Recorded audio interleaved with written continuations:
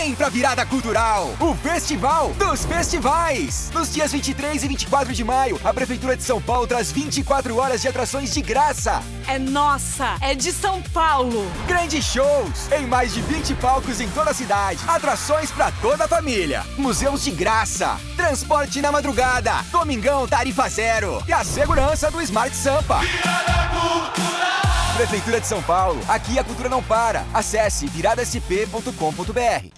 Olá, eu sou Vivi Império, ao meu lado Wagner Império. Olá, sejam bem-vindos. E este é o Pod SP 24/7, o seu podcast de notícias ligado 24 horas por dia, 7 dias da semana nos acontecimentos da maior cidade do país. E ainda tem notícias do Brasil e do mundo. Fique com a gente. A gente abre o Pod SP 24/7 de hoje mostrando o ranking do saneamento 2026 elaborado pelo Instituto Trata Brasil. O documento revela que quase 90 milhões de brasileiros não têm acesso à rede de coleta de esgoto e mostra também a desigualdade entre as regiões do Brasil. Dengue, malária, hepatite são doenças relacionadas à água contaminada ou problemas na coleta e tratamento de esgoto. O saneamento básico, como o nome diz, é essencial para garantir condições mínimas de vida. Mas no Brasil, esse acesso está longe de ser universal. Em Porto Velho, apenas 1 em cada 3 habitantes tem acesso à água tratada. O município é o último no ranking de acesso à água no país. Todos os 10 municípios com a pior oferta de água tratada estão nas regiões Norte e Nordeste. Em relação à coleta de esgoto, aparecem 3 municípios do Rio de Janeiro entre as cidades com pior cobertura. Há ainda municípios do Pará, Amapá, Pernambuco e Rondônia. A desigualdade regional fica evidente quando se observa que os municípios com os melhores indicadores na oferta de água tratada e coleta de esgoto estão nos estados de São Paulo, Minas Gerais, Paraná, Goiás, Rio de Janeiro e Rio Grande do Sul. No Brasil, a incidência de doenças de veiculação hídrica no último ano foi de mais de 340 mil internações que poderiam ter sido evitadas, né? Então, a gente tem um prejuízo no desenvolvimento das crianças, porque elas vão ficar mais doentes, elas vão faltar mais à escola. Um trabalhador informal que não tem acesso ao saneamento, ele vai ficar mais doente, ele vai faltar mais no trabalho, a renda dele vai diminuir, né? Então, a gente vê aí um prejuízo na produtividade, no desenvolvimento econômico e social de uma maneira geral daquela região. O estudo mostra que a melhoria dos indicadores de saneamento acontece com investimentos constantes. Quanto mais recursos são destinados, mais evolui o acesso à água tratada e a coleta de esgoto, o que se reflete em ganhos de saúde e bem-estar da população. Com o planejamento e com o investimento constante, o resultado vem, né? Então, a gente não pode pensar que o saneamento básico ele é uma política de um governo A, B ou C. Ele é uma política de Estado, né? Que precisa de um planejamento adequado e que precisa que cada governo execute a sua parte para colher o resultado. O assunto agora é sustentabilidade. Você vai ver a ideia de 2 estudantes de fabricar blocos para pavimentação com garrafas PETs recicladas. Para conhecer melhor o projeto, a nossa equipe fez uma visita ao CETEP, onde a Tainá e a Lívia cursam o 3º ano do ensino técnico em edificações integrado ao médio. E foi aqui mesmo que nasceu a ideia de criar uma pavimentação alternativa que pudesse beneficiar a estrutura da escola sem pesar muito no orçamento. Por que não substituir a brita pelo agregado que demora em cerca de 400 anos para se decompor, que é o agregado PET, e também é um agregado muito poluente, que polui o meio ambiente, polui mares, e muitas pessoas descartam de forma incorreta, e nem a população arrumou um problema para isso, e nem o próprio governo. O piso intertravado sustentável substitui a brita por garrafas PET como matéria-prima. Um dos maiores desafios mesmo foi a questão do material, né? O agregado PET a gente conseguiu, né, arrecadando, pegando nossas casas e vizinhos, outras pessoas. Porém, a questão dos outros materiais que a gente precisava, por exemplo, ferramentas também foi mais desafiador, né? A garrafa PET a gente teve que triturar tudo à mão para a gente conseguir produzir nossos blocos. No começo, a própria garrafa PET serviu como forma para os blocos, mas o sucesso não veio assim logo de cara. Professores apoiaram, direção da escola apoiou, o próprio Estado, né, a Secretaria de Educação apoiou a ideia, o projeto. Agora, os colegas inicialmente brincavam, zoavam, falavam que era algo, olha a besteira lá, carregando garrafa PET, trazendo garrafa PET de casa. O piso, batizado de Pavissolo, hoje é destaque em alguns dos principais eventos de inovação da Bahia, como o Bahia Tech Experience. Próximo passo, conseguir a patente do projeto. A iniciação científica no ensino médio, ela ainda não conta como pontuação para ingresso na universidade.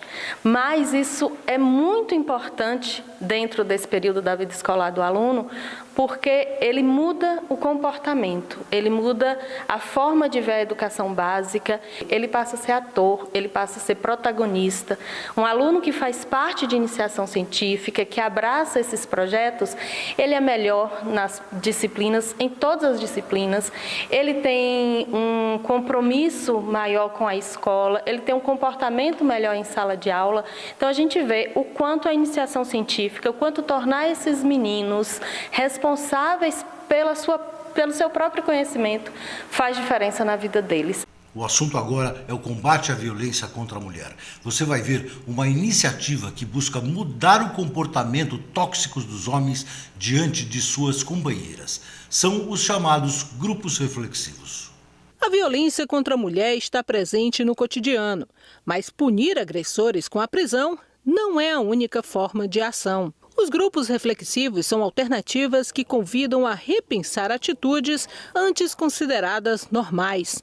No Maranhão, o grupo reflexivo Amanhã vem contribuindo para a diminuição dos casos de violência doméstica e familiar. Nesses grupos, esses homens que praticaram violências, eles vão refletir sobre o ato que praticaram, eles vão refletir sobre o como tratar uma mulher e, evidentemente, vão se reconstruir e, para isso, se tornam um outro homem. O que é mais importante é que a reincidência desses homens que participam dos grupos reflexivos é zero. Não tem casos de novas agressões dos homens que participam desses grupos. No ano passado, 60 homens participaram dos grupos reflexivos.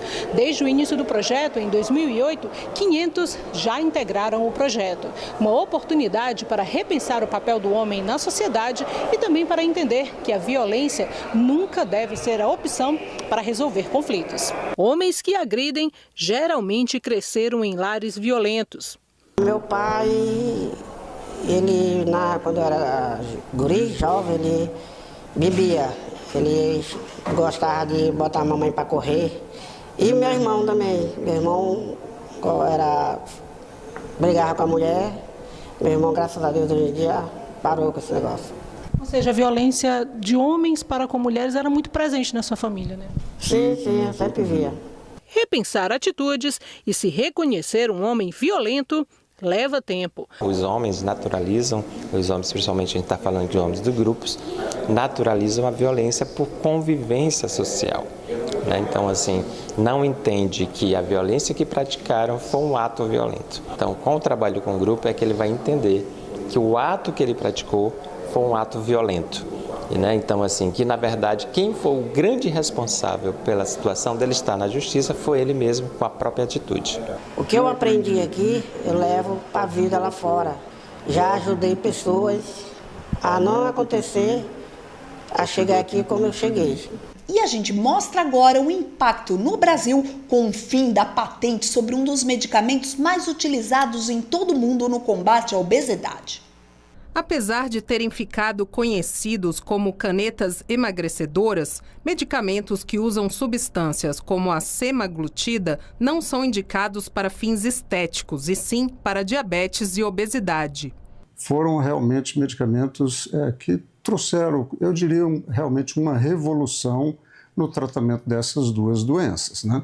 Nós tivemos grandes benefícios, inicialmente para quem vive com diabetes e posteriormente com o avançar dessas pesquisas todas, eles passaram a ser utilizados também como tratamento para a obesidade e trouxeram grandes resultados não apenas na perda de peso, mas também nos benefícios, né, de risco cardiovascular. Princípios ativos como a semaglutida do Ozempic são considerados análogos a um hormônio que a gente já produz no nosso intestino, o GLP-1, que controla o nível de glicose.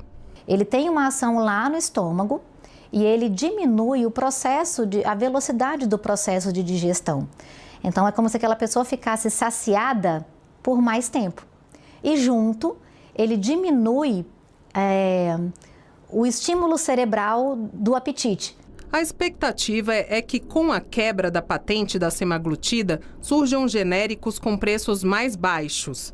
Nesse centro especializado em diabetes, obesidade e hipertensão arterial em Brasília, o acesso a esse tipo de medicamento traz esperança para pacientes que realmente precisam. Os que não têm acesso por questão financeira, eles falam de como seria uma ajuda muito grande para eles, principalmente para aqueles que a gente vê, nós vimos que já aderiram a uma mudança de estilo de vida, que esses vão ter um resultado muito melhor, né, e que a caneta poderia ajudar nesse processo, né? Então, vê como uma grande oportunidade, um desejo muito grande de ter acesso a esse tipo de medicação. Como a obesidade é uma doença muito complexa, ela envolve vários fatores, né? Não apenas fatores de alimentação, sim, né? De sedentarismo, sim, né? Mas de questões emocionais também, né? De depressões, de ansiedade e a forma como essas pessoas lidam com essas questões. É um tratamento muito difícil, a obesidade, que lida com muitas questões ao longo do caminho, né? E muitos desejos de desistir, né? Por dificuldades variadas. Segundo a Unicef, Fundo das Nações Unidas pela Infância, dados mostram que a mortalidade infantil é a menor em 3 décadas. O relatório divulgado pelo Unicef apresenta um balanço sobre a mortalidade infantil no mundo. A queda foi global, mas a redução no Brasil foi ainda maior. Em 1990, a cada 1.000 crianças que nasciam no país, 25 morriam ainda recém-nascidas, antes dos 28 dias de vida. Em 2024, o número caiu para 7 a cada 1.000. Uma redução de 72% na mortalidade neonatal em quase 3 décadas e meia. Em todo o mundo, a redução foi de 53%. O levantamento também mostra uma queda na mortalidade antes dos 5 anos. Em 1990, a cada 1.000 crianças que nasciam no Brasil, 63 morriam até essa idade. Em 2000, a taxa caiu para 34 a cada 1.000. E em 2024 chegou a 14, uma redução de 77% em 34 anos.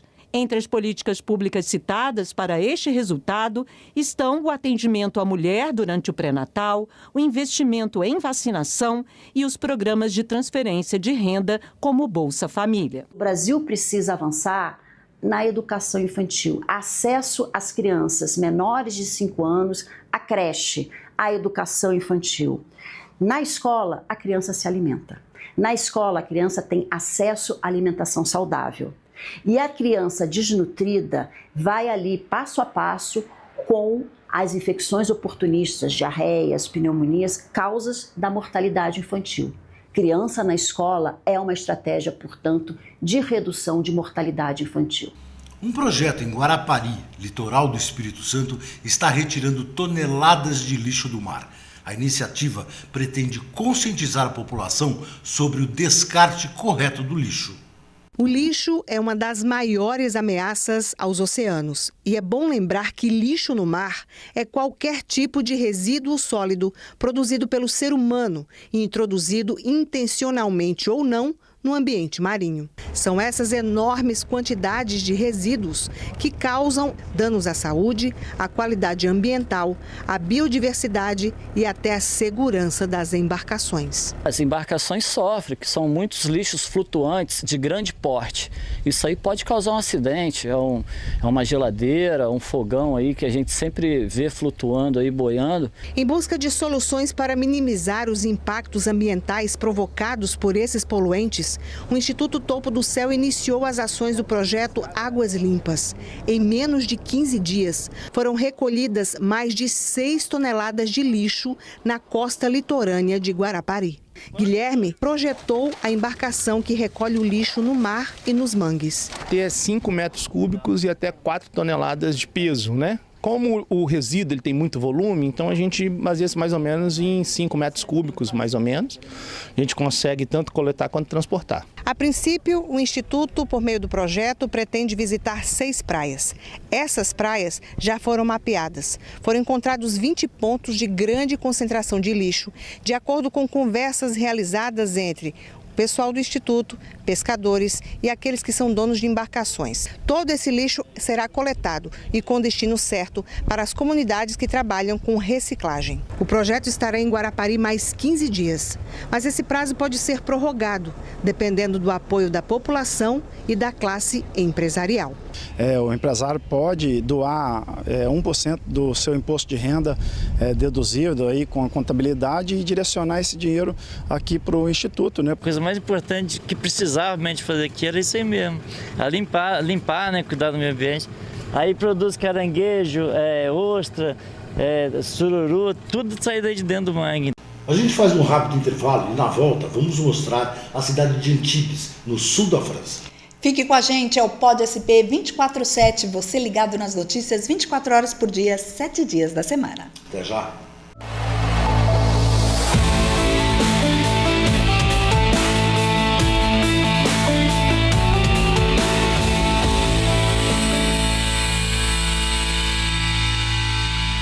Vem pra Virada Cultural, o Festival dos Festivais. Nos dias 23 e 24 de maio, a Prefeitura de São Paulo traz 24 horas de atrações de graça. É nossa, é de São Paulo. Grandes shows em mais de 20 palcos em toda a cidade. Atrações pra toda a família. Museus de graça. Transporte na madrugada. Domingão tarifa zero. E a segurança do Smart Sampa. Virada Cultural. Prefeitura de São Paulo. Aqui a cultura não para. Acesse viradasp.com.br.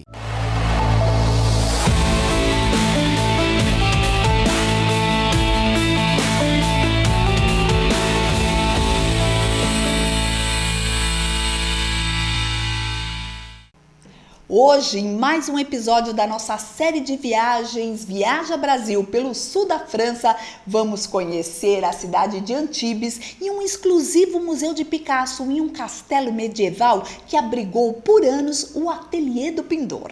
Imperdível, acompanhe na reportagem. Em nossa viagem pelo sul da França, vamos agora para outra cidade medieval que também transpira arte, Antibes. São 2.600 anos de história. Depois de fundarem Marsella, 500 anos antes de Cristo, os gregos criaram um posto de comércio nesse litoral e deram o nome de Antípolis. No século I, o Império Romano dominou a região. Depois do ano 350 da Era Cristã, quando começou a derrocada do Império do Ocidente, Constantino o Grande, imperador do Oriente, passou a comandar a região. Mas, quando o reinado dele acabou, os bárbaros invadiram e mudaram o nome de Antípolis para Antibo. O nome atual, Antibes, surgiu em 1243, quando essas muralhas foram construídas para defender a cidade das invasões. Durante a Idade Média, a cidade foi transformada pela igreja em uma espécie de monastério. Tamanho era o número de monges que viviam aqui a pedido do Papa. No início do século XX, a arte chegou a Antibes. Pintores, escultores e escritores que fizeram da Riviera Francesa um ateliê a céu aberto escolheram principalmente Antibes para a criação da arte moderna. Com o tempo, escritores como Júlio Verne, que fez Viagem ao Centro da Terra e A Volta ao Mundo em 80 Dias, vieram para Antibes.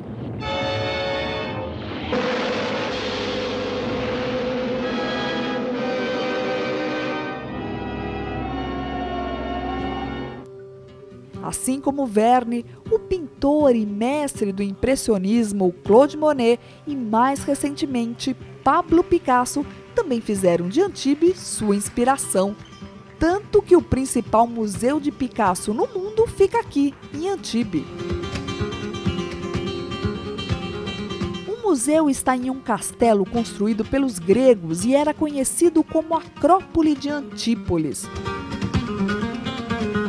Em 1608, foi comprado pela família Grimaldi, que hoje governa o Principado de Mônaco. Em 1928, a cidade comprou o castelo e o transformou em museu de história e arqueologia.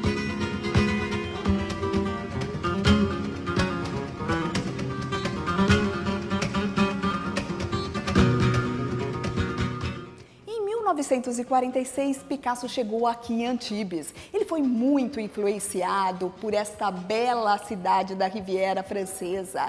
Um ano depois, um historiador e amigo de Picasso convidou-o a expor as suas obras aqui neste museu, que se tornaria um dos mais importantes sobre a obra de Picasso em todo o mundo.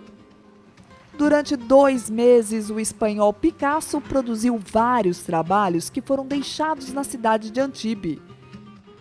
Em 1966, o Chateau Grimaldi passou a chamar Museu Picasso. Muitas obras do artista, que morreu em 1973, foram levadas pela família para o Museu de Antibes. Hoje, 245 trabalhos de pintura, desenhos e esculturas fazem parte do acervo do museu. Nenhuma obra pode ser filmada de perto a pedido da família de Picasso.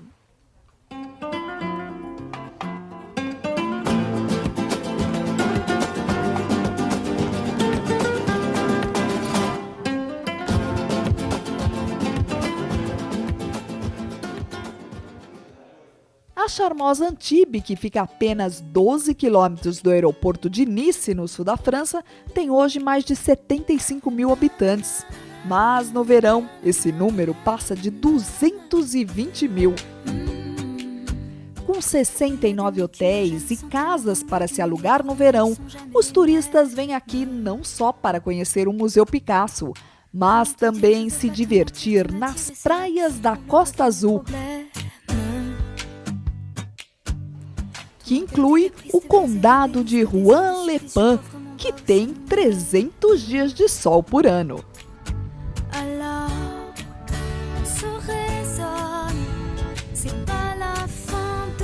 Em Antibes, o turista ainda vem para assistir festivais de jazz, exposições de arte sacra, feiras de antiguidades e passear, é claro, na histórica cidade. Nas ruas e praças de Antibes, fotos de quadros de pintores famosos como Picasso e Delacroix podem ser apreciados em um passeio pela orla marítima da cidade.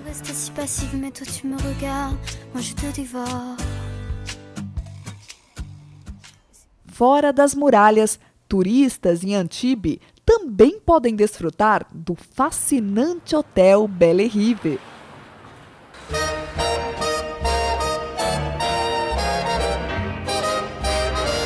Com sua recepção luxuosa, salões com arte da La Belle Époque e decoração com antiguidades, o Belle Rive oferece bar e restaurante com esta vista para o Mediterrâneo. De se dire des mots doux, de petits riens de tu, mais qui en disent en langue, en voyant. O hotel, que foi construído no início do século XX, ainda é administrado pela família. Celebridades do mundo do cinema, da música e das artes se hospedaram aqui. Entre as celebridades, Woody Allen, que usou o hotel como locação em 2014 para rodar o filme Magic in the Moonlight, Magia ao Luar, Colin Firth e Emma Stone. O filme conta a história de um mágico e ilusionista que tenta desmascarar uma médium. Mas aos poucos ele vai perdendo a certeza que a personagem de Emma Stone é charlatã e acaba ficando cada vez mais encantado por ela. O Belle Rive tem diárias que vão de R$ 700, quarto simples, a R$ 3.500 com vista para o mar. Para quem pode, vale o sacrifício. Avec des grands Cadillac cars, mink coats.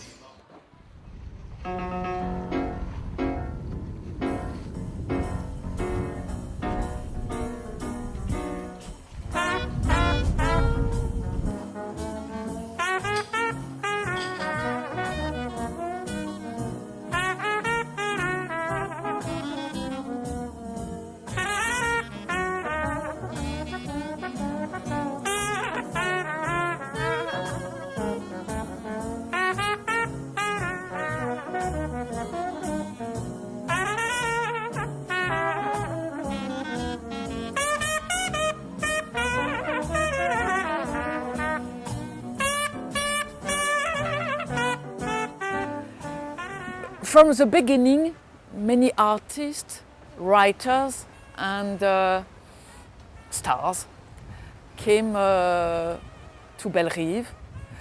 So in the 20s, of course, Fitzgerald, but also Hemingway, Rudolph Valentino, Picasso, Maurice Chevalier, and many others of that time. Later, so particularly after the Second World War, Brigitte Bardot, Michel Morgan. Schumacher, I saw. Yes, came to the Belle Rive.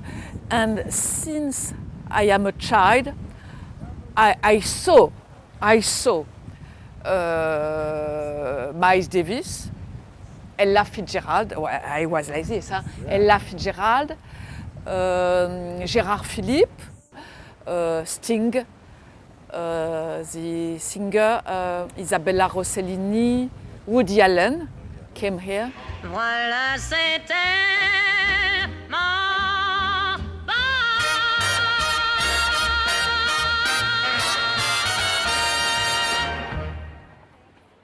E o Pod SP 24/7 de hoje fica por aqui. Muito obrigada pela sua companhia e eu te aguardo na próxima edição. Lembrando que você pode assistir a gente no nosso canal do YouTube, @PodSP 24/7. Vá lá e se inscreva.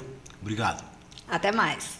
Vem pra Virada Cultural, o Festival dos Festivais. Nos dias 23 e 24 de maio, a Prefeitura de São Paulo traz 24 horas de atrações de graça. É nossa, é de São Paulo. Grandes shows em mais de 20 palcos em toda a cidade. Atrações pra toda a família. Museus de graça. Transporte na madrugada. Domingão, tarifa zero. E a segurança do Smart Sampa. Virada Cultural.